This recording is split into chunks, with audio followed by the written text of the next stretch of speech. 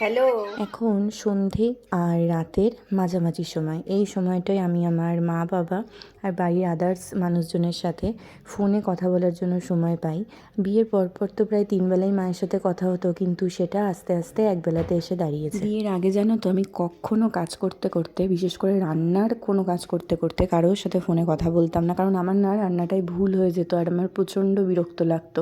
কিন্তু সময়ের সাথে সাথে মানুষ সবেতেই অভ্যস্ত হয়ে যায়। আগে যেটা পারতাম না, এখন সেটাই করতে হয়। সেটাই আমার কাছে অনেকটা সহজ। কখনো বা কানে ফোন ধরে, আর কখনো বা স্পিকারে দিয়ে, কখনো মা বাবার সাথে, কখনো বৌদি দাদার সাথে, কখনো বা দিদা মামির সাথে আমি গল্প করতে করতে আমার কাজগুলো সেরে নিই। আসলে আমাদের মেয়েদেরকেই ভগবান একমাত্র এই ক্ষমতা দিয়েছেন যে তারা তাদের নিজের জায়গা ছেড়ে এসে খুব সহজেই আরও একটা জায়গাকে নিজের করে নিতে পারে, এবং দুদিকেই সমানভাবে সামলাতে পারার দক্ষতা তারাই একমাত্র রাখে। ভগবান শুধুমাত্র তাদেরকেই এই ক্ষমতা দিয়েছেন বলেই তারা নিজের বাড়ি ছেড়ে পরের বাড়িতে পা রাখে। শ্রী রাধে।